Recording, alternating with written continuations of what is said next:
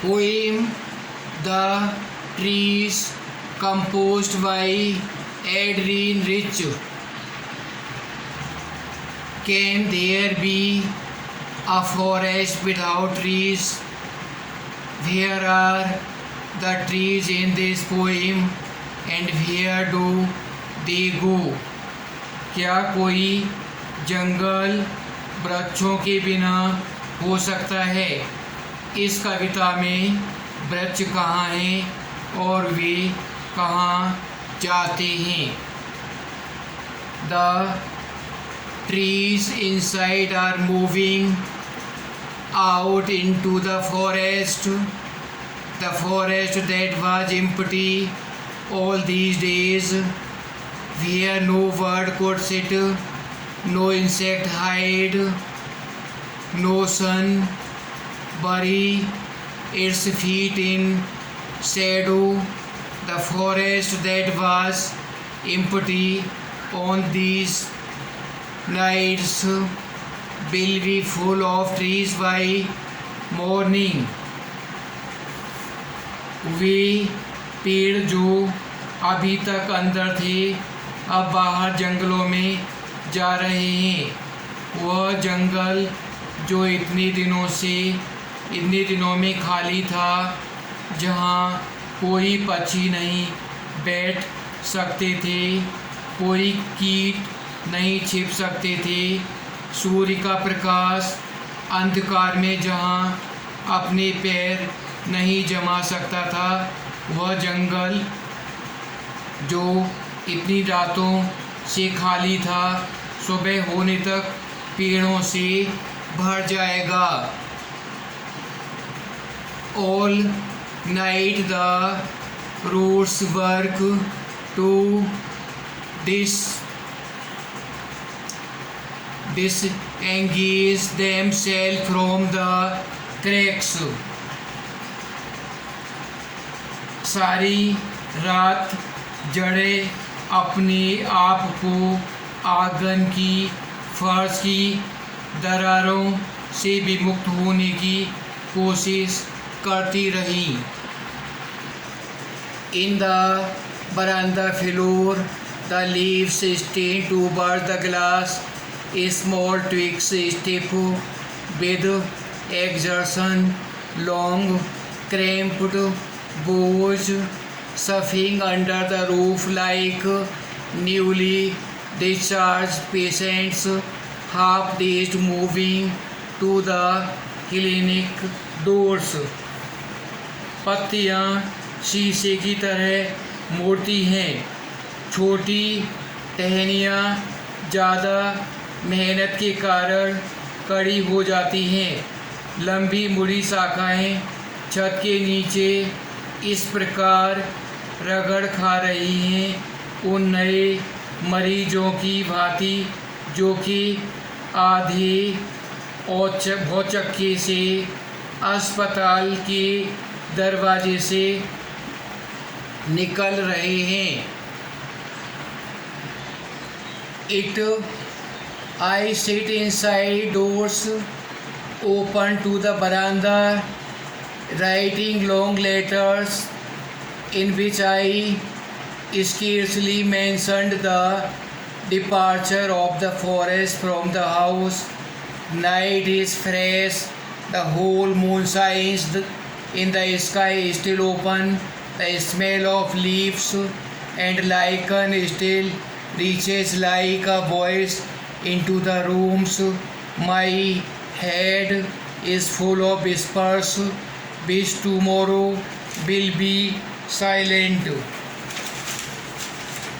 मैं अंदर बैठी हूँ, दरवाजे आंगन में खुले हैं, मैं लंबी चिट्ठियाँ लिख रही हूँ जिनमें मैंने शायद ही अपने घर में जंगल की तरफ का प्रस्थान का वर्णन किया है।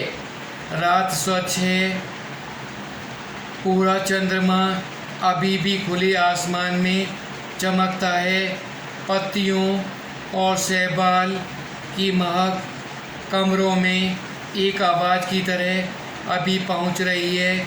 मेरा मस्तिष्क फुसफुसाहटों से भरा हुआ है जो कल बिल्कुल शांत हो जाएगी।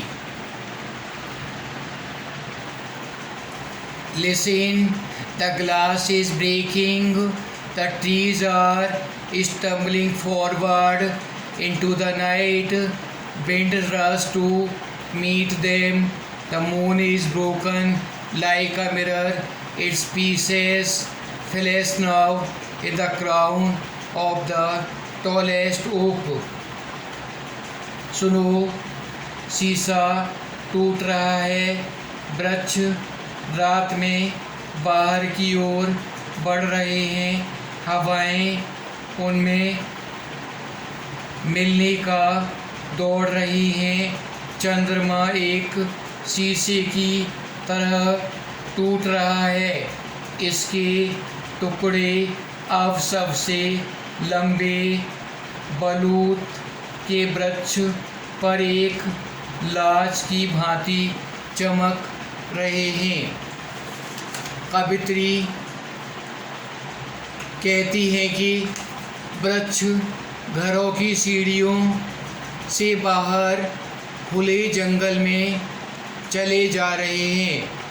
यह अप्राप्य है क्योंकि पेड़ अचल हैं और इसलिए हम महसूस करते हैं कि कविता का एक प्रतीकात्मक अर्थ है।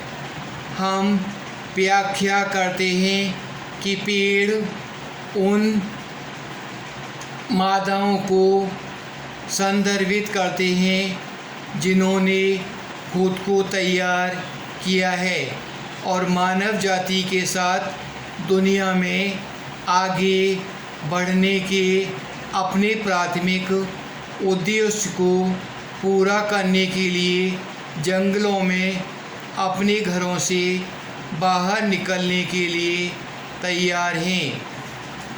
आगे वह कहती हैं कि जंगल पिछले कई दिनों से खाली हैं और इसलिए कोई भी पक्षी नहीं देखा जा सकता है क्योंकि उनके पास बैठने के लिए कोई पेड़ नहीं है। कीटों को नहीं देखा जा सकता है क्योंकि उनके पास कोई आश्रय नहीं है। मानवता का जंगल कई दिनों से खाली है लेकिन जल्द ही पूर्ण और उज्जवल हो जाएगा। कवित्री पौधों द्वारा जंगल तक पहुंचने के लिए किए गए संघर्ष की व्याख्या करती हैं। वह कहती हैं कि जड़ों ने पूरी रात बरामदे के फर्श से खुद को अलग करने के लिए काम किया है। पत्तों ने कांच की खिड़की तक पहुंचने की बहुत कोशिश की ताकि वे बाहर जा सकें। यहाँ तक कि पेड़ों के छोटे तनों ने भी खुद को आज़ाद करने के लिए बहुत प्रयास किए। बड़ी शाखाएं भी कमरे की छत के बाहर जाने की कोशिश कर रही हैं। हम कह सकते हैं कि महिलाएं एक बदलाव के लिए बेताब हैं और उनके प्रयास की तुलना उस मरीज़ से की जाती है जिसे अस्पताल से मुक्त किया जाता है और वह जल्दबाजी में बाहर निकलने की कोशिश करता है, शायद इसलिए कि वे आधे जागरूक हैं और किसी दवा के प्रभाव में हैं। वे अस्थिर हैं लेकिन अस्पताल छोड़ने की जल्दी में हैं। कवित्री कहती हैं कि वह अपने बरामदे में बैठी हैं, लंबे पत्र लिख रही हैं।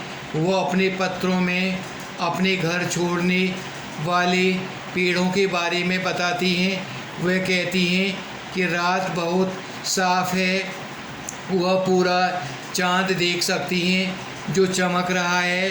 पत्तियों और लाइकेन की गंध एक आवाज़ की तरह होती है जो चिल्लाती है और घर की पर्दे से मुक्त की इच्छा व्यक्त करती है। उनका सिर पेड़ों से बनी धीमी आवाज़ों से भरा है जो बाहर निकलने के लिए बेताब हैं। अगले दिन ये आवाज़ें सुनाई नहीं देगी। कवित्री पाठक से ध्यान से सुनने के लिए कहती हैं क्योंकि परिवर्तन होने वाला है। बाहर हवा चल रही है, वह पेड़ों से मिलता है। चंद्रमा एक दर्पण की तरह है और ऐसा प्रतीत होता है जैसे कि ओक के पेड़ की छाया चंद्रमा को कई टुकड़ों में विभाजित करती है।